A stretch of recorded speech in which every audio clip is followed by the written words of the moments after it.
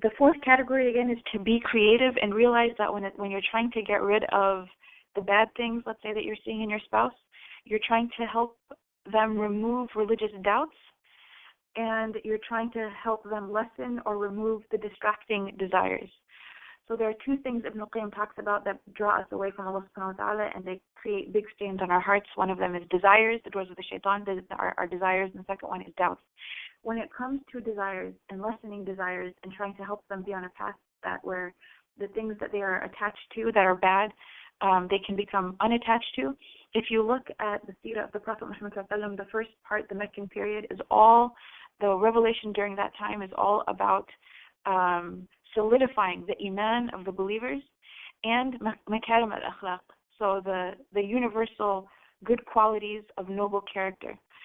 Those are the things that you would start out with. You don't start with fiqh. You don't start with, I think you should change the way you're dressing. I think you should pray your sunan. I think you should sit and make extra. Actually, sunan and dhikr could be an encouragement because it goes back to imaniyat. But you don't harp, let's say, on some of the more technical issues.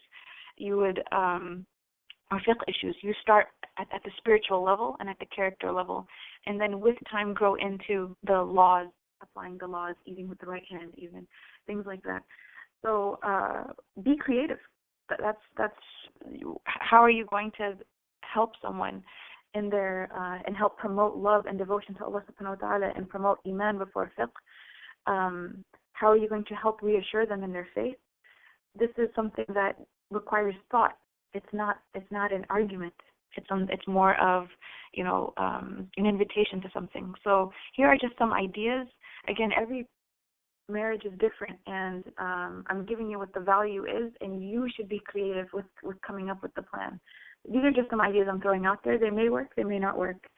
One of them is use faith to help solve their problems. So show them the value of iman by whenever they're mentioning whatever difficulty they're going through, whether it's at work, whether it's personal challenges, whatever it is, interpersonal relationships, help them solve their problems using Islam. Show them how iman will help get them through whatever it is they're getting them through, whatever else they're going through. Show them how Islam has a mechanism for which to deal with interpersonal problems, and just be that example again. The second thing is to invite them to acts of worship that are outside of their routine, and make it more of use those things sometimes even as a way to make the marriage stronger. So let's say starting with, let's go to Fajr at the masjid once a week and have breakfast afterwards, right? Let's start our day early, and we can start it by praying Fajr in the masjid, and then we'll go and have breakfast at this nice restaurant afterwards. Something like that. Or doing the morning azkar together and then going for a walk or a jog or whatever exercise routine. Going to classes together, listening to lectures, again, finding the style that works for them. The third one is to find religious friends that they get along with. So you don't want to be always the one that's saying things or setting the example, but putting them in spaces where they are also witnessing the good example of others, but it's also the good example of others that they, again, can vibe with in terms of their personalities. Sometimes I notice converts especially will have a hard time in the Muslim community because the personalities that they're exposed to, they may be more practicing and they may be more devout, but on a friendship level, they're not people that they can really hang with, and they feel isolated because of that. Because there's a disconnect on a cultural level, or there's a disconnect in terms of just the style of living. So culture does play a factor. Someone that your spouse can get along with in terms on a cultural level. Exploratory discussions I mentioned before, rather than discussions that seem to wanting to control their behavior, coming from a place of I care rather than I want you to do or I know. There are times when there are certain personalities who actually like firmness, and that tends to be rare, but they actually want a person to come up to them and say, you shouldn't be doing that. And if that's the case and you know that about your spouse, then it's okay. An example from the seerah is a very clear one, is Umar radiallahu anhu. When Umar came to accept Islam and the Prophet ﷺ knew, he actually grabbed Umar by his beard and pulled him. Umar, who is so strong, why would the Prophet ﷺ do that? Another time in the life of Umar where that happened is Abu Bakr during the wars of Ridda, when he's disagreeing with Umar about whether or not to go to war. He grabs Umar by his beard and he pulls him and he says, "Were you brave in the times of Jahiliyyah and now you're a coward during the times of Islam?"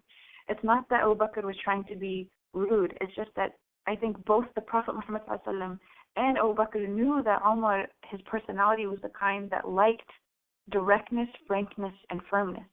Now, most people, again, are not like this, so this does not apply to most people. But if you have a spouse who is like that, then you may use firmness if you feel like that's something they really appreciate as a method. And I'm not saying to pull their beard, by the way. I don't know if anyone would appreciate that today. The fifth and last one is to ride each other's iman wave. What that means is be open to their invitations. Sometimes they want to do something, and if you shut them down, then don't expect them to open up to you again. If they want to read the Quran and you're not in the mood, that's you need to get in the mood. You need to do it regardless.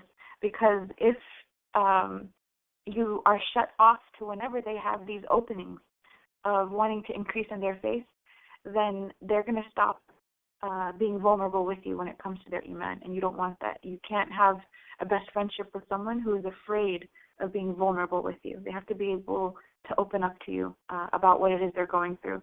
And I don't want to say more because I know we have very little time left, and whatever that was beneficial is from Allah subhanahu wa ta'ala, and what is wrong and mistaken is from myself and the shaitan.